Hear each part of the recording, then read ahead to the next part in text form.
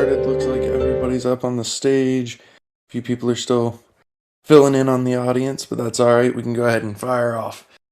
So, welcome to this week's AMA. As usual, we are going to start off by going to Frisky Fox for some opening comments. Thanks, Bolin, and good afternoon, everyone. Let's see, it's been a week. There's been a lot that's going on. We turned off dueling last week, and we turned off raffles yesterday. Those are set up such that any ones that are existing that are still running will run until they finish, and then we will draw winners for those. From the admin side, we're able to kick that off, but there won't be any new raffles starting. And after that point, there won't be anything to do with your raffle tickets. So make sure to stick them in if you haven't already, because this is the last one. So that's exciting. We also stopped questing on Serendale last night, and to coincide with that, we launched the new quest for gardening on Crystal Vale. And so that is up and running. There's also some new cool things there that we did. One thing that we sort of tried to work towards or work through in the initial launch of that was that the quest fund on Crystal Vale was a lot smaller than the quest fund on Serendale, because it launched a lot later, and it didn't have as much activity at first for hero summoning and such things that would feed that quest. So it hasn't had as much time to build up yet. So we said, hey, let's split the quest fund in Serendale, and let's move half of that to Crystal Vale and half of it to Serendale 2.0 once that launches, and then have the stuff that we'll earn from the quest fund, specifically, I think the only thing right now is through gardening, could actually earn both jewels and crystals. So I think that's really cool. There was, unfortunately, a issue. There was a bug where the multiplier was set too low by a lot. So that has since been fixed by Magnus and others, and is now live, I believe. I think Sachet was planning on, or actually I think he did announce that. I should go read the announcements channel. Yep. Announced it 5 minutes ago. So yeah, that is now fixed. So go check it out. We do say it's better to cancel your quests and then start a new one, just to make sure that you are able to reap the full benefits of that. But that's been happening. Speaking of duels, we had a fair amount of duel fees that were collected in that, and we took the cost of the raffle tickets and burned half of those, and the other half went to the quest fund. So that was 95,000 jewels that were just burned, which I think before this there was 200 and something thousand jewels that had been burned all time, and now there's 300 and something, and it's a huge increase there. So that's really amazing to see how one little mini feature like duels could really contribute in a big way to that. And then of course the other half of that hitting into the quest fund is a huge help as well, because those jewels are basically handed back to our players in the forms of rewards, which would increase the value of those quests. So really excited about that. Speaking of milestones, we had a milestone just recently with DFK Chain where we hit 2 million transactions for 2 days in a row, actually, which is amazing. I think most other chains, are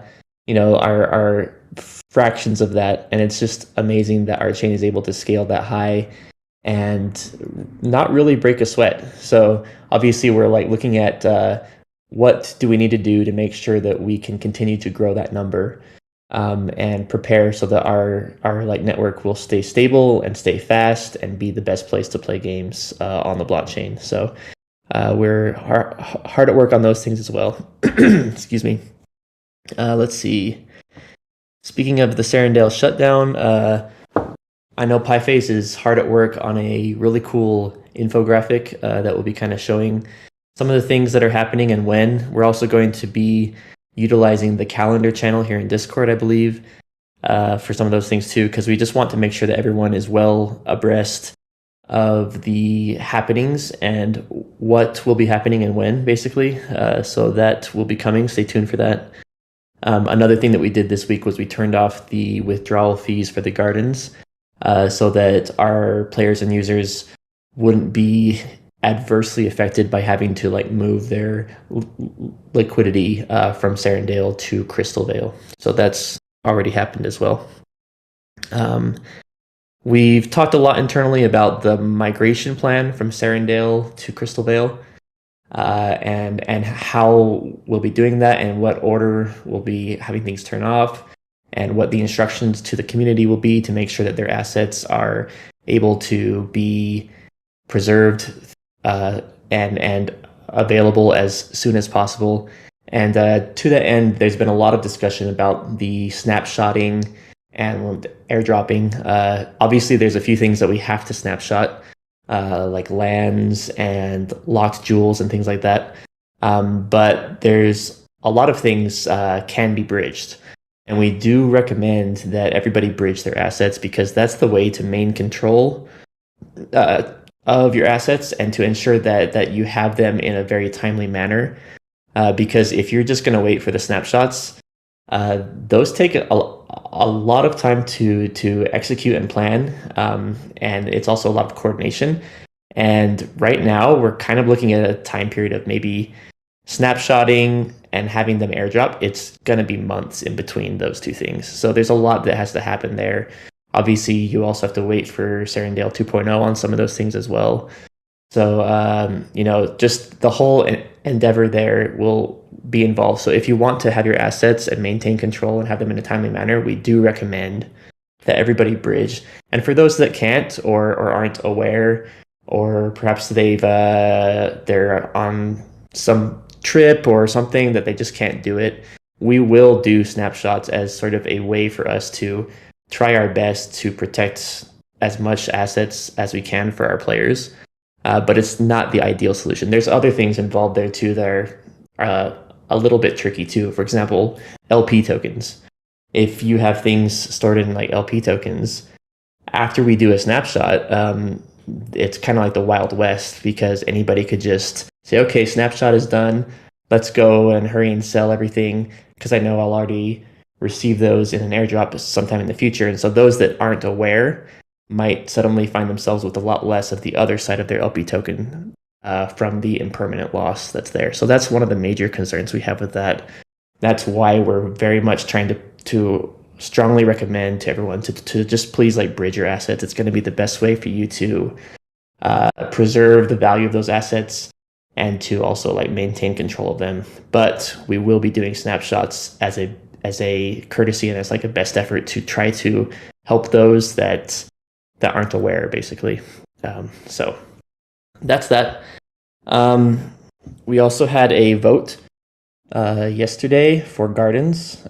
This was one of the things that we went back and forth a little bit on even like whether or not we needed to have a vote, because we have the gardens policy in place, and all of those ones that we proposed were already incentivized gardens on Serendale. So the like migration plan made sense to have those on Crystal Vale as well, as a way for our like users to have a place to put their liquidity after they move it out of those pools of Serendale. Having a place for them to put those in Crystal Vale made a lot of sense, and that's why we proposed those ones.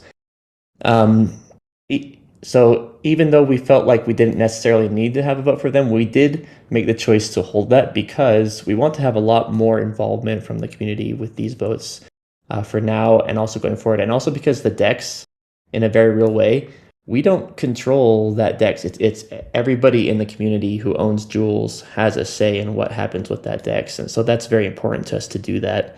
And that's why we did that. Expect to see more of those votes in the future.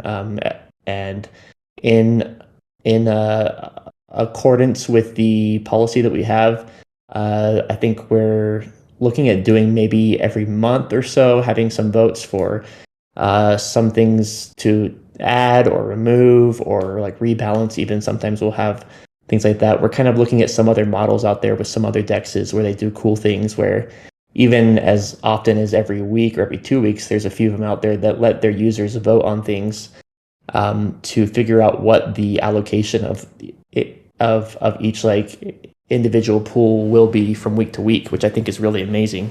And I would love to get to there eventually. So this is sort of a step towards that. But just as a general blanket statement, we want to do more and more votes for all kinds of things because this is a decentralized project. We want to make sure to involve everyone in a very big way. And hopefully you guys can see that and can feel that with these as well. So those are my main points that I wanted to cover, and I'll hand the mic back over to you, Bolon, and then I think Dreamer might have some thoughts there as well. Yep, I'm just going to pass it straight to Dreamer. I'll just hop in on, I guess, the last topic you're on, Fox.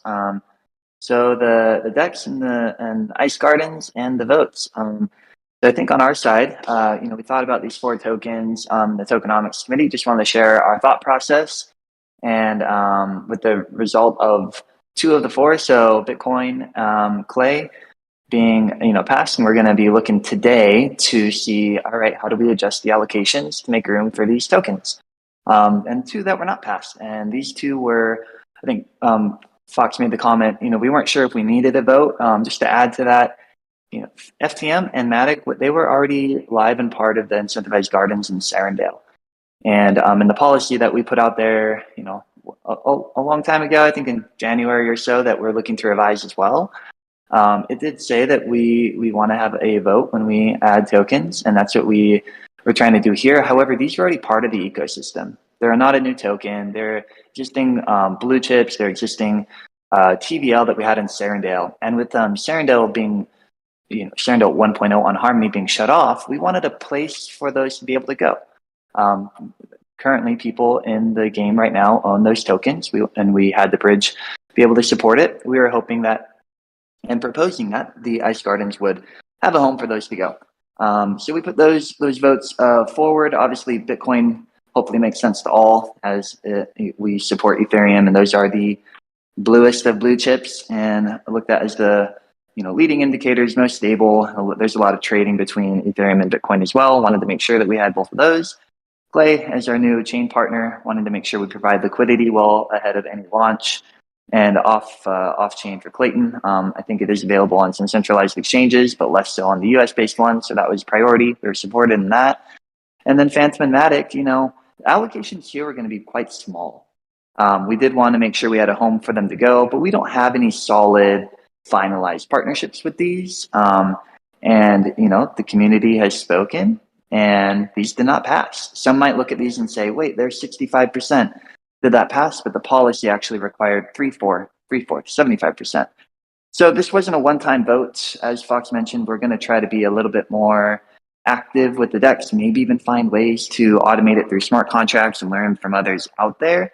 But for any that are feeling like it's a bad thing that this was rejected, or that Kingdom Studios team feels bad that the community rejected it, this is good. This is what governance is supposed to be. We're here. We have a committee to talk about tokenomics, to talk about the DEX, to talk about a lot of things. We put forth the proposal, and if either we fail to give sound reasoning on why the proposal and people aren't ready, it's a good thing people said no. If people disagree with it and majority work together and put their tokens to use, their governance token, to say no, I don't see this as a bad thing. It just shows a track record of a healthy governance structure, which we'll continue to improve upon. So it might be that if we already had allocation decided and people saw that they were going to be quite small, maybe they would have accepted it. It might be that we feel like if they're not true partners, why would we be pairing our tokens with it? It's just excess, idiosyncratic risk to other teams and tokens, which is a fair point as well. So really appreciate everybody voting, all those that voted to accept and reject, and give feedback, and we'll continue to build with that trend through our efforts of improved decentralization. Let's see. Yeah, so stay tuned on the allocations. We kind of had allocations prepped, assuming or hoping that they would all pass, and we're going to adjust those. One thing to look out for, though, that I think it's probably wise to share live, so that we don't have a whole another week go by before AMA. The Joule to XJoule pool, we've seen that go down when we added USDC pairs and we added Ethereum pairs. That pool was meant to be like a founding pool. It was very, very large for a long time. I think it made up 80% or so initially at launch, and lasted that way for a couple months, and then dropped, I think, to 50, and right now is at 35. There's a couple things with that pool. The first is when we were launching Crystalvale and the new token in the bull market, we wanted to reward jewel holders. And it was communicated many times that was going to be the main way that you get access to crystal emissions. And over time, that was going to phase out as we build into a mature DEX. We got stalled by many things that happened in the overall industry and world and various chains, but we are getting closer to that mature DEX. And in order to actually have external tokens, we need to shift allocations around. So people should expect that pool, just as we've been saying since launch, to continue to get smaller. Also, with the Serendale 2.0 launch, X Jewel, which is minted in Serendale on Harmony, will need to be like fully returned and quote unquote turned off, right? So that the tokens in that pool now cannot exist past Harmony shutoff. We are looking to have jewelers in all realms that are native to those realms that you can stake jewel, as was presented in the the tokenomics adjustment proposal. So stay tuned on what we're going to do with that. We're considering various options, but people should be aware that these new pairs, which a side benefit, now that gardening is live, every new pair that's there are 2 new gardening heroes that can be questing at the same time. So more pairs is exciting. More tokens in the DEX and ecosystem, all else equal, should add to some stability. And that Jewel to X Jewel pool, as it's phased out, it signals a more mature DEX. And as we have new governance tokens in Crystalvale and Serendale 2.0 that are Jewel based, we're going to be looking for various solutions and how that relates to the DEX. So hopefully that's added information ahead of further announcements on incentivized pairs being added to Crystalvale. Before I talk my next comment, Fox, I elaborated quite a bit on that. Did you have anything to add on that? No, I think you said it really well, but I'll just echo that yes, like we feel like as a gamified blockchain project, like having a DEX at the core of what we do is very important. It helps to provide stability and provide a platform to build our economics off of. And so having that be a very healthy ecosystem is very important. So you will see more proposals in the future for probably like other blue chips and after some time, probably even for these ones again as well. So just stay tuned for that. We do feel like it is in our best interest as a project to make sure that stays healthy. Yep, and maybe my last comment before moving on to the next topic. Fundraising has been paused since the Harmony Bridge incident, and we shifted a couple priorities and making new partners. But some of the feedback that I would relay to the community is, look, the DEX on Harmony was a very healthy DEX. You look at the TVL numbers over time, you look at the volumes, you look at the different tokens, very healthy DEX. Then it's not like a traditional DEX that covers every single token out there, but we did a good job at covering a good chunk of the blue chips and so on. Crystalvale DEX, in terms of TVL, as a result of incentivization, was largely like DFK tokens to DFK tokens. And then Jewel to X Jewel is a token to its derivative token. So I think there was some criticism there on questioning how much trading activity is happening with Jewel to X Jewel. And it was really served as a synthetic jeweler in Crystalvale. There was no way to redeem X Jewel for Jewel or to get X Jewel for Jewel in Crystalvale, so it did kind of serve a purpose. So it made sense. However, with what we're going with this next phase in Serendale 2.0, no longer really makes sense. And with TVL, we really would like to attract other external non-DFK blue chip tokens to make pairs with to really build out that DEX. It'll help with fundraising, help with credibility, help with liquidity, and overall trading volumes. So yeah, that is the comments on the DEX and the votes. I believe there's going to be a question on fundraising, and I just hinted to it now. I'm just going to elaborate on that for a second. So, Bolan, we don't have to go over that one, but just to reiterate, we were really aggressively fundraising prior to the bridge incident, and we did find that many viewed it as a stance of just not, I won't use a different word, just not a position of strength. So I've shared this comment and narrative before, with our initial priority 1, Crystalvale parity. Hey, we don't know the future of Serendale and its stability on Harmony. Therefore, look to Christabel. Let's accelerate our feature parity there. Let's build where all of our infrastructure is that hopefully we'll be able to hold a lot of transactions, give good experience. That has been a wildly successful effort, but it was not free. And, Treasury was impacted greatly by that incident and a lot of other market events. And, Avalanche partners, they did step up. So when we think of fundraising, you can think of it in different ways. The raising for equity in Kingdom Studios efforts were and was. The efforts to seek out partners that are willing to incentivize and help us pay for meaningful development and work that benefits us and them are still ongoing. So Avalanche was one that stepped up and helped with that effort, and that's why we've been able to really go full steam ahead there. And then the incentives from Clayton, we just came to an agreement on the deal term 2 days ago. That was approved by the Kingdom Studios board, and we are moving to next steps with their due diligence and their lawyers, which I'm hoping doesn't take a very long time. It is in the form of a token swap. I'm not going to share all of the details, but it will help greatly. So in terms of fundraising to support team efforts and development, they've been very successful and ongoing. In terms of fundraising as it relates to equity in Kingdom Studios, those are paused and will stay paused until we're at a very good position of strength to resume them. What is a position of strength? It's a position where our own chain is doing millions of transactions a day. We're number one on Synapse Bridge volumes by transactions. We launch relaunch a realm with a new partner in a strategic location with many new collaborators. We have Kingdom, third-party builders in the Kingdom Building program starting to be linked into the game with fee-sharing agreements and added utility. We are on the verge of having a much different platform to go and show funds and other investors very confidently just how incredible our foundation is, that we can then point a trajectory in the various potential market scenarios that happen in the next couple of years for people to see real value, much less question marks. So probably a long-winded answer to the fundraising question, but I thought I'd be as transparent as I could. I believe those were my main two things I wanted to highlight. Bolan, so back over to you.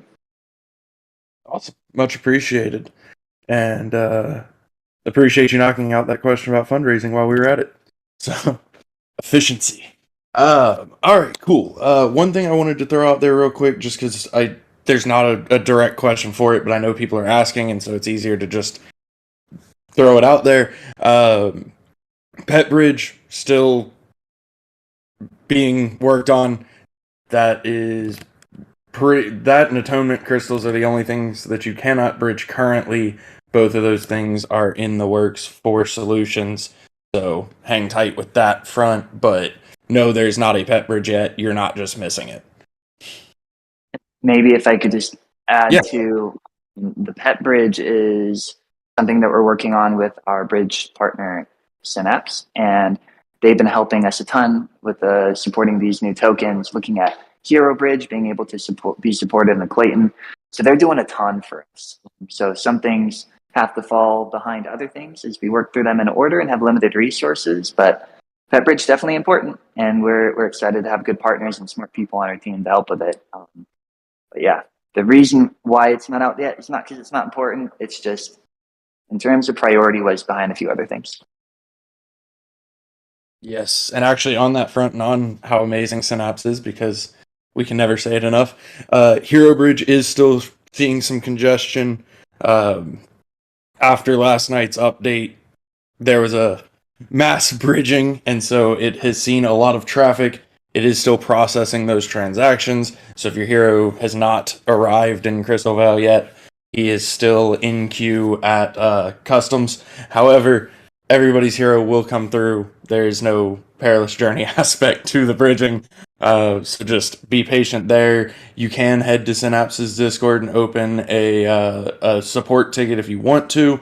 Just be aware, if you do, there's a decent probability you'll get some scam DMs, so please don't fall for those. But aside from that, those transactions are processing. It's just trying to get caught up from all of the transactions that were submitted. those were my only two housekeeping things. So I am going to jump into some questions. The first one actually came from chat based on something that Fox had said, so I want to go ahead and follow up on that. Excuse me. As far as snapshots and airdrops and all that go, with locked tokens, is the plan there to have like a phased rollout where they get dropped in different realms at different times, or is the plan to wait until everything is done and then drop all of them in their respective realms? So the plan that I've been operating under is to for sure do a phased rollout. Obviously, there's some things that are ready now. There's some things that are very close, and there's other things that might be a little bit further. Not like in terms of a long time further, but just a little bit further down the line. So I would like to do it as a phased approach. I think the first main thing is after the garden's emissions are stopped next week. From that point on, there's not really going to be any more locked jewels being created. So from that point on, we can start to start with like snapshots and trying to have all that get put down onto like databases on our side, and then start to actually like figure out what percentage of those goes where and split it up into multiple different airdrops, which we will of course share with the community. It's all on the blockchain. It's all open ledger, and we'll be providing those probably as like spreadsheets. So yeah, I would say as it's ready, I would be on board for doing that. I will say for Crystal, there is a few things that are tricky there because the change there does involve increasing the cap first, and so that's going to be a little bit of a effort there. For jewels on the FK chain, there's a portion of them that will be set up there. We do need to create a special smart contract for that and fund it with jewels. So that will have to happen there. And for Serendale 2.0, there's the new token there that will be part of it will just be airdropped liquid, and that is meant to be used for the initial liquidity. And part of it will be locked. So obviously that has to wait until that DEX and that other token launch over there, which won't take as long as maybe some people think, because we already have Crystal Veil under our belt there, and a pretty good idea of how to do these things now. So we are actually trying to work on having like audits and things being done there as well. So just when that's ready, we'll have that get airdropped as well. Hopefully that answers that. It does indeed, and actually I'm going to ask you one more follow-up question because it is a submitted question anyway, about essentially the liquid KPT that will be available. I'm going to loosely use the phrase at launch and ask for forgiveness, but the first available, since that liquid is going off of the original lock jewel schedule, what that'll look like. So I was under the impression that in our plan that a portion of that would actually just be upfront, just like minted, and having that be basically used for the initial liquidity in the DEX. Similar to what we did with Crystal. Is that what you're saying? Yeah. Am I just understanding more? Okay. So what was the question again? Well, I think I understand it. So there's kind of like that initial liquidity we need on day one, and then there is that sliver that represents quote unquote liquid. We call it KPT, avoiding the secret name. And it was talk about following the like the linear unlock schedule, and then there's like locked KPT. So we need to iron out the details of exactly how much I see. I understand enough on that. Yeah, because we can't only rely on the linear unlock schedule, because then there'll be too little initial liquidity. We can't drop all of it up front, because it'll just be way too much up front. So that's, I think, the three parts that people are looking for clarity on that we should be circling back with. Yeah, I think we do need to basically finalize that and put that out to the community still. But yeah, what Dreamer said is the plan. Like, we do want to have enough at the start to not have crazy ups and downs or anything like that. Like, we want it to be a successful launch. And then obviously we also want to have a few other buckets there for those as well. So, yep. Perfect. Yeah, that was basically it. It was just restating that plan. Also, while we're at it, I'm just going to go ahead and put the first plea out there, which you will hear many times. However, KPT, we are not giving the name yet for a couple reasons, but a big part of that is security. Because as soon as that name comes out, there will be multiple tokens created with that name that are not our token. We will give you the contract address for that token as soon as it is actually available. Please don't fall for the scams. You're not going to find it 3 weeks in advance because it won't be there. So once that does come out and you start seeing the fake contracts, please don't buy them. I'll Go ahead. also just throw out there, we're not going to be selling these tokens. If there's someone out there saying, "Hey, come buy this new token," like that's not how it's going to be. There's other ways we're doing it, as we've already outlined here. We're not going to sell them. Don't try to buy these tokens from people.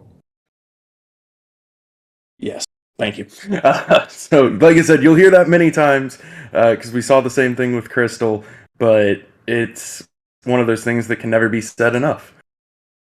All right, so moving into some other questions. Let's see. So, what are the original pets for the DFK birthday raffle? Basically, just what is an original pet? Are they the first pets hatched for testing? Are they unique pets, etc.? If somebody wants to chime in, feel free. But I actually know the answer to this one. Also, they are the first pets that were hatched for summoning or for testing. Excuse me. So we had to obviously hatch some to make sure they worked. But in the interest of fairness, we put those pets into the marketing multi-sig for future giveaways, which we are now using for this. All right, I'm going to take that as nobody has anything to add. Let's see, we talked about fundraising.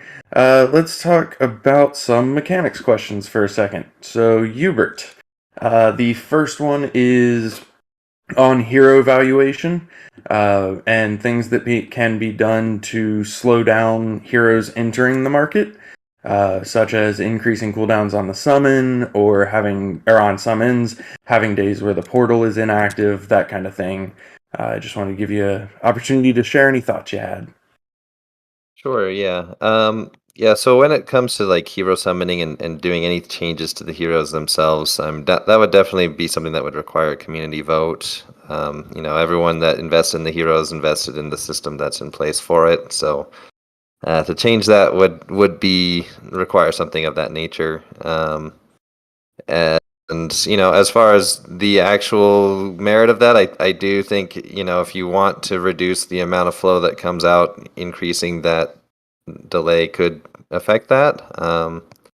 But again, I would leave that up to the community to decide if we wanted to make changes of that nature. Yep, and also just adding a plug for dark summoning, which is in the works as a future feature, which will introduce hero burning, and so that way it'll kind of offset that anyway because heroes will start getting sacrificed. Which I'm super Right. about. Yeah, same. I think that's a really important piece here to reiterate on. I mean, when we think of hero economics and we go back to supply and demand, and we look at the market that we're in as well, supply is ever increasing. So one control that was rightly suggested by a member of the community to say, hey, let's look at that supply increasing and the rate of increase. Can we put some governors on that so it increases at a slower rate? And that could be for those that are maxing out their cooldowns, and every time the cooldown's done, they're summoning another hero. That is something that maybe could slow the increase of supply. It doesn't really affect demand necessarily, at least directly.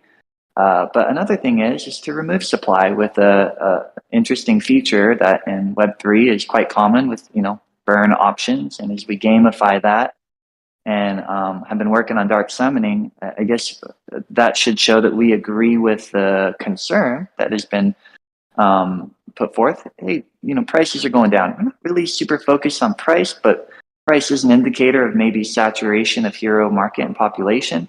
what can we do here? We've made a good way for supply to go up. Is there a fun way to control or limit it for it to be a healthy market?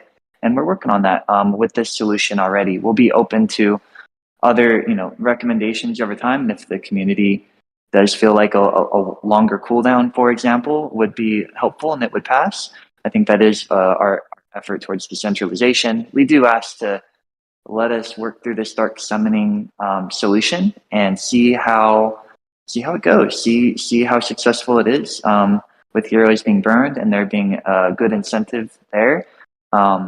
It could help with the supply and demand. It may not. Not these things. It's not a perfect science, right? So, in everything as it relates to prices and economics, I think slow corrections and seeing how it results is better than maybe 3 or 4 different things at once, and then we're not sure what was effective and what wasn't. So really appreciate the thought process and the question, and really excited about dark summoning and the other levers that we'll have to pull in the various markets.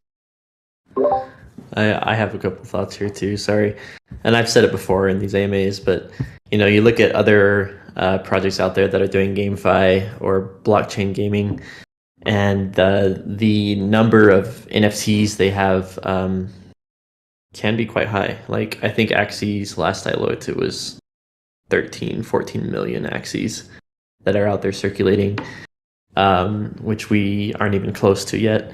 It's one of those things where it's like as you build out more of the game and have more partnerships and things like that, you need a lot of these things to go around, and so it's really just a matter of increasing utility in my mind. I think that's the primary thing that we can do to help here is increase utility, and that's what we're hard at work on.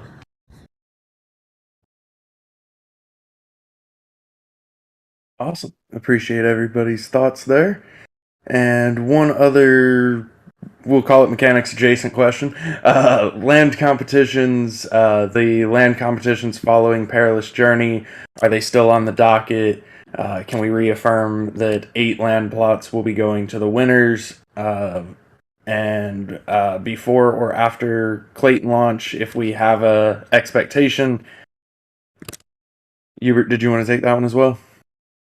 Sure, yeah. So, yes, we're still planning to do land tournaments. Unfortunately, with all the things that have gone on in the past months, we did have our kind of roadmap adjusted pretty significantly, just as we've had to deal with this CV migration and then Serendale 2.0. But yes, we are still planning on the tournament. Still need to finalize some things on that to get it ready to go, and then it needs to be go through all of the other parts of the pipeline in terms of the front end work and any sound effects and animations and everything else associated with it. So it's still a ways off, but now as we're kind of getting close to the end of feature parity on Crystal Veil, we're looking at where we can get going on other new features, and tournaments is one of them.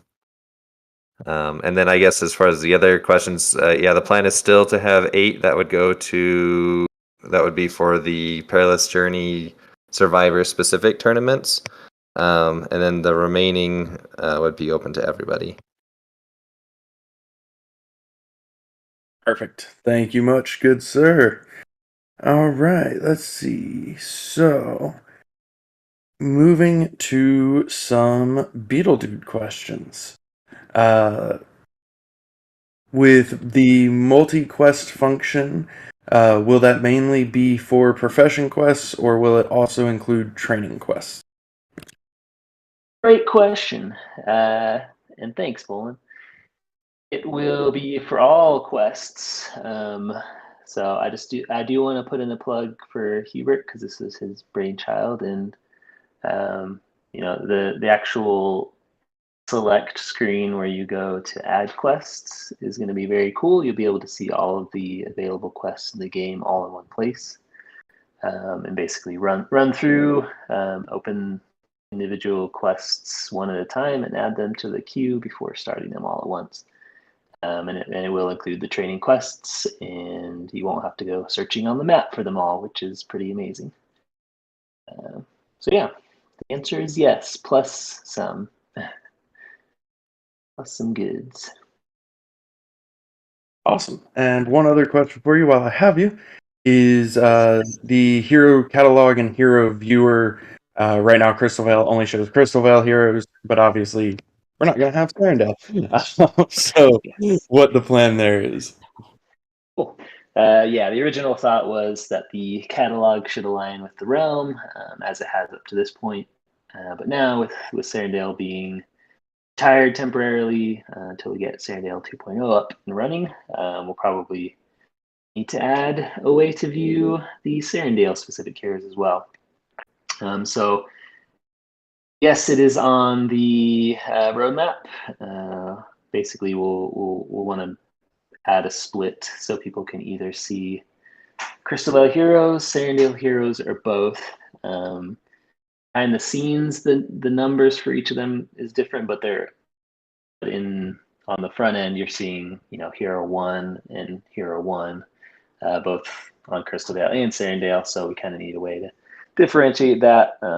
So that's part of the plan, to add that to the catalog, as far as letting them see Serendale, specifically Crystal Vale, or both. So yes, it will be coming.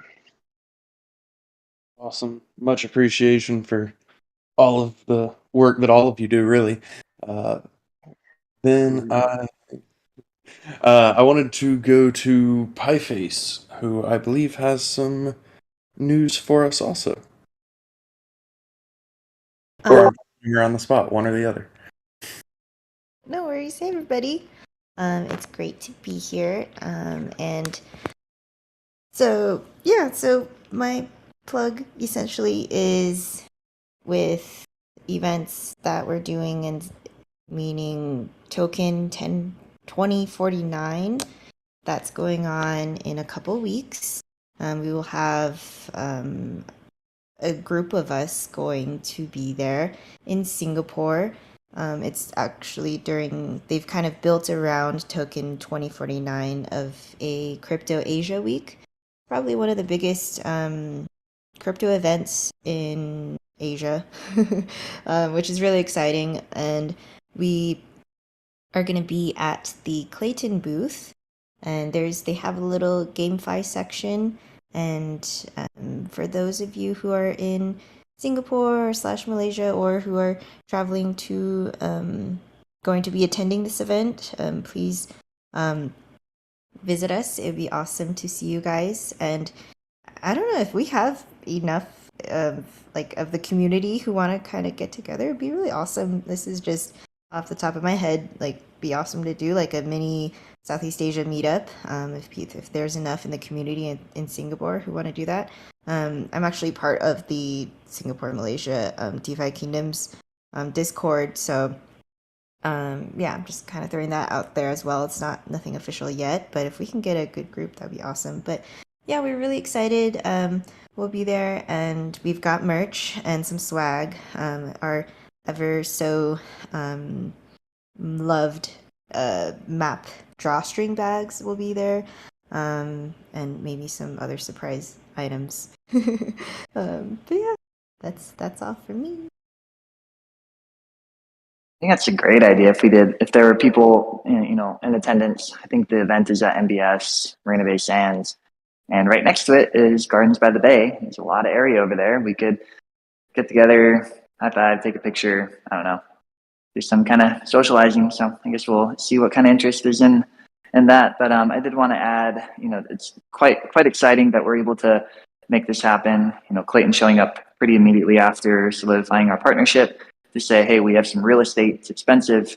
They probably already had plans for it, but they're offering it to us. So we are looking in our tight budget to send a small group over there and show up and represent. And with that, main focus is not only to get the word out on DeFi Kingdoms with everybody in attendance, but to also meet with a lot of new partners, those that might be queued up for future fundraising, those that might want to collaborate, and also sit side by side with Clayton, potentially weeks or so ahead of the relaunch of Serendale 2.0.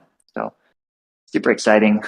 Fox, I know that you have a similar update on a different event on a similar, or I think on the same week. So maybe over to you if you want to share that.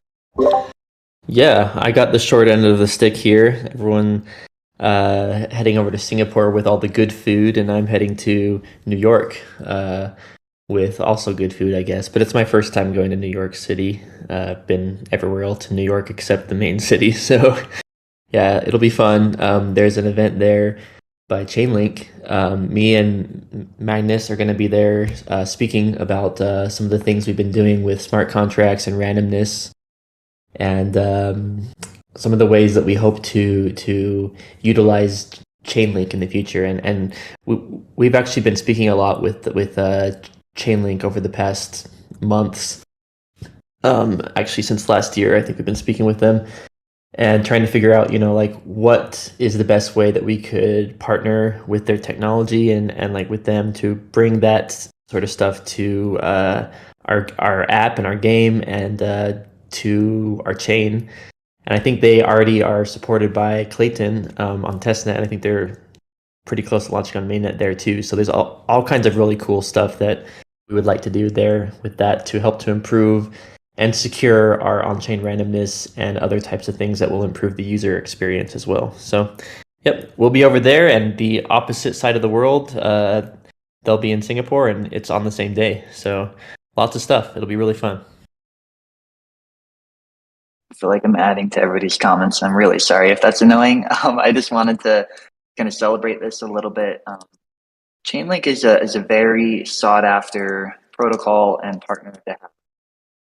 They're doing a lot of innovative things and things that are required for many parts of DeFi. The protocol is to exist, grow, flourish, and have good risk management as well with price feeds and BRF randomization. They reached out to us and they really wanted us to be a part of it. We don't have, Chainlink fully integrated in DFK chain yet. We've been talking with them for a while, and it's pretty awesome to have such a highly revered group of people and projects to reach out and ask for our experts to come and contribute to their really development-based and focused event. So for those that are unaware, I think if you go to smartcon.chainlink, I think that's their site. It's going to be pretty awesome to have two of our smartest and most innovative devs that have been working, Fox and Magnus, be there and speak and rub shoulders with so many others. It'll be good for the credibility of Kingdom Studios and DeFi Kingdoms. And who knows, maybe win us some brownie points to get us accelerated in further integration of services offered by Chainlink. We shall see. But again, something that we considered very carefully with budget. Only those two are going there, and we actually got help in terms of funding to support the speakers as well. So just trying to round out and trying to be very transparent in our caution with any type of spending right now. And events, we've seen a lot of them come and go in the last 3 or 4 months intentionally to not spend where we didn't feel like we would be getting the best ROI. But these are 2 events we're very excited about. We're going to be working our tails off to make sure that the ROI there is significant. Yeah, it also really speaks to the desire to have us at these events, I guess would be the best way to put it. Chainlink helping take care of the speakers, Clayton welcoming us with open arms for some of their booth space and really wanting us to take advantage of that. So it really just goes to show that, not only are we wanting to be there and form these partnerships, but they want us to be there as well, which is always a lovely thing to see. I believe Second Best Dad had a quick update for us as well. Yeah, I can't let Beetle win this one. So, Workhorse from Wisdom, he wanted me to say, yeah! And he now owes me 10 Joule. I'm really enjoying working with those guys. We're doing amazing things with PvP right now, and they're taking it extremely seriously. And if I was everybody, I would be very excited about that and updates about that coming soon. What was that he said again? I missed it. Yeah! You win this time. Got him. Just because he has no shame. That's true.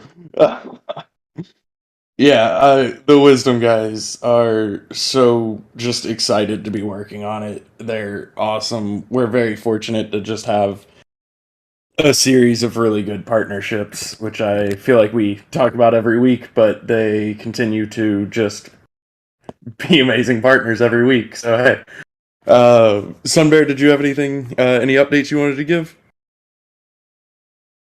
I'm just really excited to have our archivist and our jester live with some of our first co-marketing efforts with our partners in the community, and many more to come, many more in process. We're starting to see like content creators, YouTubers showing up. There's just a lot out there, and so I hope people that are contributing to our community in lots of meaningful ways can get on the build site and build.defykingdoms.com and put a proposal up, and we will get you in there because we're excited about those partnerships and what they do for the community.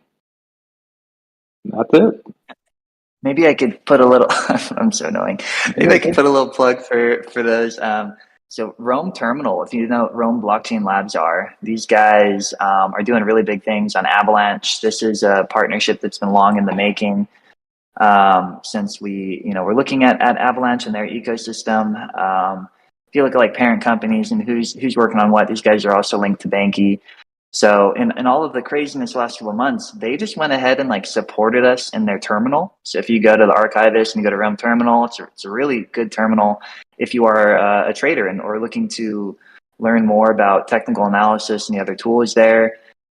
Look at everything else that's supported there, and then you'll see DFK chain. We're rubbing shoulders with all the biggest chains out there. It's pretty incredible. They took the initiative. They pretty much added it after 6 weeks of radio silence through all the chaos. So that's cool. We're looking to expand that relationship and see what things we might be able to have more represented in the terminal, or what things we might be able to have like in the marketplace in the trading stream. I don't know, maybe some analytics, some simplified analytics or something else popping out. So more to come there. I just wanted to give them a shout because everybody over at Banky and Rome Blockchain Labs, it's just been really incredible. Banky progress has been limited actually by Chainlink price feeds. Who knows, maybe some of those narratives will collide and make things a little bit easier there. But there's a lot of other cool stuff in the Jester and the Archivist. Go check them out, and hopefully we'll get more and more to come. That is the builder's site. Sunbear, can you repeat it again for any that are like, hey, wait, I have a game I want to add to this, or I have analytics or something that I would like to apply for. Can you just repeat that so everybody knows where to go to submit the application? Absolutely. So build.defykingdoms.com. And you can find information about it on our main website as well. I also want to say, if you're a guild, I'd love to get a list of the guilds out there and get your information on there for people to find you. If you have your own Discord or anything that really contributes to our community, let's get your information in there. People need to know about you. Awesome. Thank you both.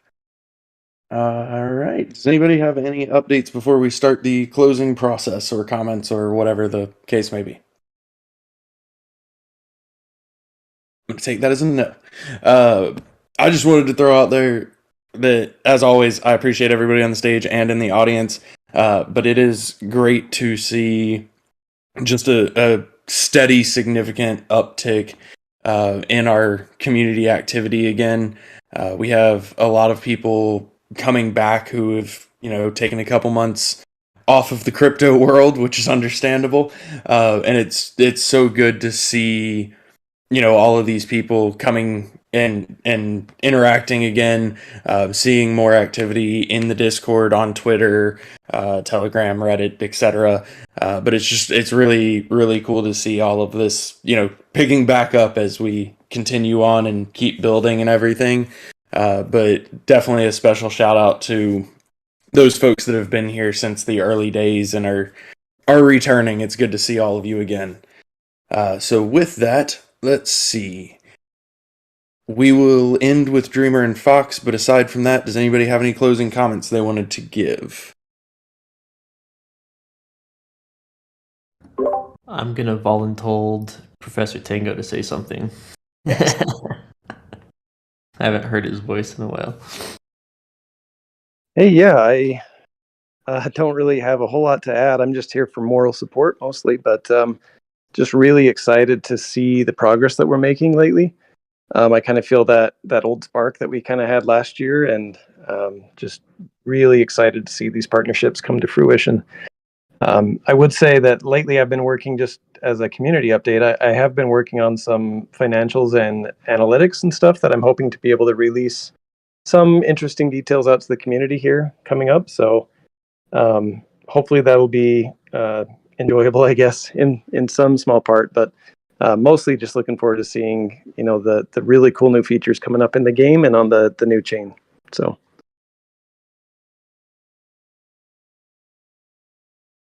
I also had one quick thing I wanted to jump in on that forgot to bring up earlier. There was some questions about the gardening quest and the formula that was used for that. When we had launched that, Fox mentioned this before, there was a parameter that needed to be set to put the multiplier where we wanted it to be. This was an annealing factor that was intended to be included in the original gardening quest launch on Serendale as well. We had announced that it would be happening and that it was a promotional multiplier that would reduce down. We actually ended up never adjusting that. Just other things came up and we were waiting until we had other quests that we're going to start pulling from the quest fund before changing it. But one result of that was that it kind of caused the quest fund to cap off with the with the amount of activity that occurred just in Serendale itself. The formula that's used is a differential equation, so it uses the size of the quest fund to derive what the rewards are for people. And at some point, you reach a balancing point depending on the inputs and outputs as to the quest fund, and we had essentially reached that in Serendale. So one intention with the quest fund was to put it in a state where it could grow, and as it grows, that means everyone's rewards can increase as well if the formula remains unchanged. It does take time to do that since that grows based on fees. And our intent with this gardening quest is to have annealing start, meaning that the quest reward that you have right now, it's using a 50 times multiplier off of the base equation. And then that multiplier is going to be reducing in steps of, it's about 3.77 per 2 weeks. So every 2 weeks, you'll see a drop down of that. It's essentially goes down by 1/13 of what it is right now every 2 weeks. So you can expect that to start. We did set the timer to be 12:30 p.m. of today. So in 2 weeks from today at 12:30 p.m. Eastern Standard Time, that will be when the first step down occurs, and it will just every 2 weeks you'll see that occur as well. And that will reduce the amount that's being pulled from the quest fund while allowing more to be put in. But as that quest fund grows, everyone's rewards will grow as well. So even as the multiplier goes down, it's possible for your rewards to achieve where the levels that they were at before as it grows. So kind of wanted to explain that and kind of the philosophy behind the quest fund. And it is a pretty complicated thing, and we need to keep it healthy and make sure we're not drawing more from it than is going in. Or at least if there is more being drawn, that it's done in a healthy way so that it lets it kind of shrink without just being completely drained. So anyway, sorry, long conversation, but I did want to throw that in there. So that's all I got. The craziest part is that Hubert does all of this math in his head at all times. Like you joke, but yeah, this was his brainchild, and he and I have had many discussions about this. And I'm not as smart as Hubert is, and he's just like, look, the math backs it up that as more goes in, it's really just good for everyone. So he's been a strong proponent of that, and I'm excited to see this happening finally. So, yeah. For sure. No, the formulas behind stuff are incredible, and that is Hubert's baby and brainchild for sure. So much appreciation, and appreciate the clarification there on the gardening, especially. Obviously, that's been a topic. All right, cool. Anybody else have anything? Last call. Magnus. I can mention a little bit about the gas fee changes. I know Fox alluded to that a little bit at the beginning, but basically we've seen a great increase in the volume on DFK chain, which is really exciting, and that's exactly what we want to see. A lot of that is natural player activity, and a lot of that is also arbitrage bots that are healthy to have on any chain to keep the prices in sync on the Crystal Veil DEX with external pricing as well. And so we want to keep the chain balanced and perform it as we look forward to the transaction volume growing higher and higher. So we're going to be tuning the transaction fees a little upward, a slight bit over time as we look forward to continue hit that high transaction volume. So without going into too many technical details, we'll still be keeping the same block times at roughly 2 seconds, but we'll be raising the minimum base fee from 0.4 GUI to 1 GUI, which will be the new minimum required for a transaction to be processed by the network. And over time, we'll also be doing some small steps on the target gas parameters, which will basically go into the equation that adjusts the kind of dynamic fees for your typical transactions, and will kind of rise and fall as the chain kind of goes through its like peaks and valleys throughout the day of transactions. So we're going to be doing this target gas increase in conservative increments, and keep monitoring it closely to make sure we keep the fees in a good sweet spot. Just want to emphasize that gas will still be very cheap, and that's one of the benefits of running a subnet and having the Crystal Veil realm on there. So yeah, I just wanted to mention a few particulars around the gas fee changes, and looking forward to keep seeing an increase of activity on the chain as we bring features over from Serendale. All I heard was more jewels being burned. So thanks. Right. And I apologize, Magnus. I meant to go to you on that topic anyway, and it slipped my mind. So thank you for stepping up, because I did forget about that. All right. Anybody have any other updates they want to give? All right. Then we will begin our closing procedures. Let's go to Dreamer first. Cool. I just saw a message in the AMA questions that I'm going to lead with to make sure we hit it. It's kind of related. Do you think it's important to build out other projects on DFK chain for optimal DEX volume? Basically building a larger ecosystem defined otherwise. This sits on Kingdom Builders as we launched our Jester and Archivist. This is on the DEX that we talked about as well. And I think, we think it's very, very important. Whether they're completely different games that might, I don't know, use hero NFTs that we saw, I believe Frayala and Harmony in the past had done. I think Fightfish is planning to do, and they hit some snags. Or if it's a game that maybe uses Jewel as one of their main tokens, or maybe a game that uses like the fish that you catch or the tokens that you forage for and burns them in their games. Whether it's a game, a lending protocol, a messaging service, a guild, various amount of smart contracts related to, augmenting gameplay in any way in a healthy manner within our terms of service. We want it all, and I think we're looking at these problems one by one. So it's a great question from Wayne. It is something that we have been inviting people to come build on, and it really is the value proposition of DFK chain that really isn't out there. Go to build on. I won't name names, but you go and build on any other chain and you might get added to a list on a website, but you're not going to get a lot of digital foot traffic in reference to being, linked into an NPC in a game and getting, co-marketing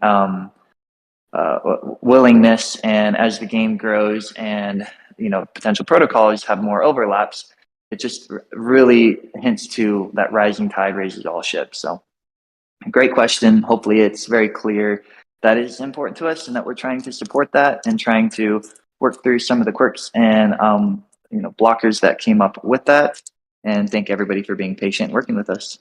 So if you know of a good game out there and you're like, man, this really should be on DFK chain, reach out, see if they'd be open to it. There's a lot of games that I see that are cool, that are built on other chains that don't really get a lot of attention. I think that would be different if games considered to come build in the DFK chain ecosystem.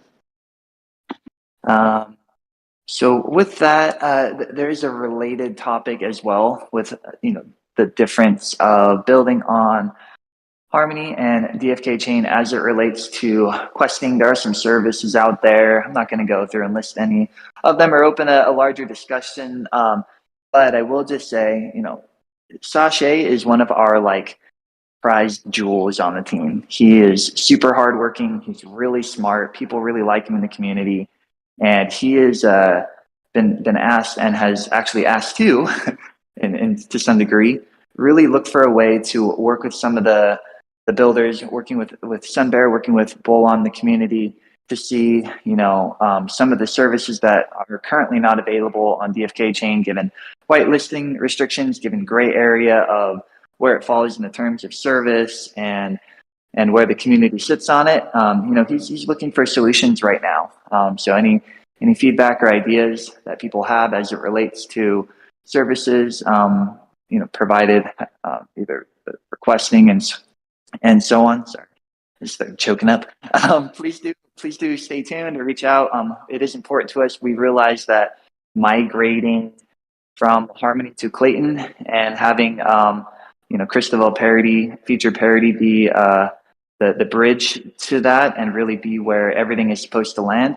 We're trying to make sure that we're fair to all and find a healthy way to incorporate as much as we can that's good for the building of the kingdom. So shout out to Sachet, awesome. And we're looking to support him, and I hope that everybody here can support him in his efforts too.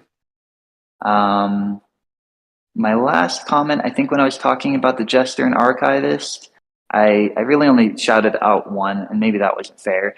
I didn't mean to not shout out others, but I do want to give a shout out for DFK Arena. And these guys, since the moment we said, hey, bull market, we have grant money from Harmony, we want to take some of that and add to it and find ways to help, give grants for games to build, and started to, have, Sunbear work on that and had some votes. These guys have been sticking with us every step of the way. And when I say sticking with us, it's really sticking with DeFi Kingdoms, the actual protocol of the game. They've been rolling with the punches as, we proposed a number of things. Some people loved them, some people didn't, and they just keep building, keep innovating, and now they're on DFK chain. This is a direct answer to Wayne's question, to have them launch there, to have smart contracts launch, and to work with us on being linked in and further collaboration. This is exactly what we want. You also see DFK Fight Club in there, which I think originated in Discord and has been working really closely with Sunbear, Bolon, and others to get them supported and integrated. These are awesome games, awesome features, awesome protocols and analytics all around. That is just the start of what we hope to see longer term. When we say we're our own chain, technically that's true. We have our own chain ID powered by the Avalanche subnet and that strong partnership. But in every sense of the word, we can make this gamified chain with so many different types of protocols and games and features outside of what we are working on at Kingdom Studios. So want to continue to partner with all those interested in the potential and the future of DeFi Kingdoms. And I think that was the original real dream of the initial founders of Fox and Pi and others, was to have that Ready Player One ecosystem and metaverse. And this is just a huge celebration on the Kingdom Builder games and analytics. So those are the three things I wanted to touch on. I'm just really grateful to be up here with this awesome team. And I think when I speak, I try to speak to really make sure that everybody is fully appreciated and seen, because we see the long hours, we see the hard discussions, we see the emotions that we have to manage with what happens and on the news and in the markets and the community and everything. And the people you see up here are sticking it out. Many people that you don't see here. We all have this dream together, and every day it seems like we're coming closer as humans and working better and better together. I just am very grateful and excited. So with that, over to you, Fox. I just wanted to add real quick, I get choked up every time I talk about Sachet. It's a very emotional topic. Thank you, Bolon. Okay, I was thirsty and my throat was dry. I needed to drink some water, but yes. You guys heard it. So, no, yeah, I just want to echo a lot of what was said there by Dreamer. We have an amazing team. There's a lot of long hours, a lot of hard work. It's been a wild, crazy, amazing ride since we started this last year. Me and Pieface, had this idea, and like where it's at now is just amazing. It's like night and day. And it's really amazing to see the fruits of the labors of Sunbear for the program there, with like having our community members that are interested in trying to build on our chain and integrate. We're seeing the actual dream unfolding right now with the metaverse, and I love it. I love every second of it. Our team is working hard, so make sure if you see someone, like, reach out, offer word of encouragement or appreciation, or just like a pat on the back. We all appreciate that, and of course we here appreciate all of you too in the community. Like, you're such an amazing group of individuals, and really that's what crypto is all about. Is it's about bringing people together that have a like-minded interests and like all of their aligned goals and things, like with DAOs and such. And so that's really what this is about. We are an amazing project because we have an amazing team and because we have an amazing community as well. We want to build during bear markets. We've said it during the bull market. We said if and when this comes, we are prepared to continue to build, and we have stood up and we've shown that. We've been basically full steam ahead. I don't know of any other project out there that has been this hard, just hard, like at work, trying to build during this time. And it's really humbling to see all of the energy and excitement that our team and our community has for this still, even in the face of all those things that are external. We've had some exciting milestones. There's the 2 million transactions that I mentioned at the start. All of those are steps on the path, and it will continue to like grow and build as we grow and build. And so I'm excited for that. And the short term, we're pretty, I think it was like 2 weeks ago that we had the tokenomics thing. And then since then, we've already done so much towards having us launch Serendale 2.0 on Clayton. We're basically pedal to the metal there, and it's amazing to see how much progress has been made so far. And I'm really excited to have that launch on Clayton ASAP, because there's just so many awesome things there in their ecosystem and their community, and the exposure that it gives us to the players in Korea, and having a foothold in like Asia. Like, it's just really amazing to have those things there. We have some exciting events later on this month, which we also touched on too. So just all these really good things. And I'm really happy to be here and happy for all of you guys. And just like really thankful for everything. So with that, I'll wrap this up, and I'll just maybe hand the mic over to Pinecone, but I'll say bullish because he's the best one who says bullish. Bullish! There we go. Bullish. Yeah. Okay.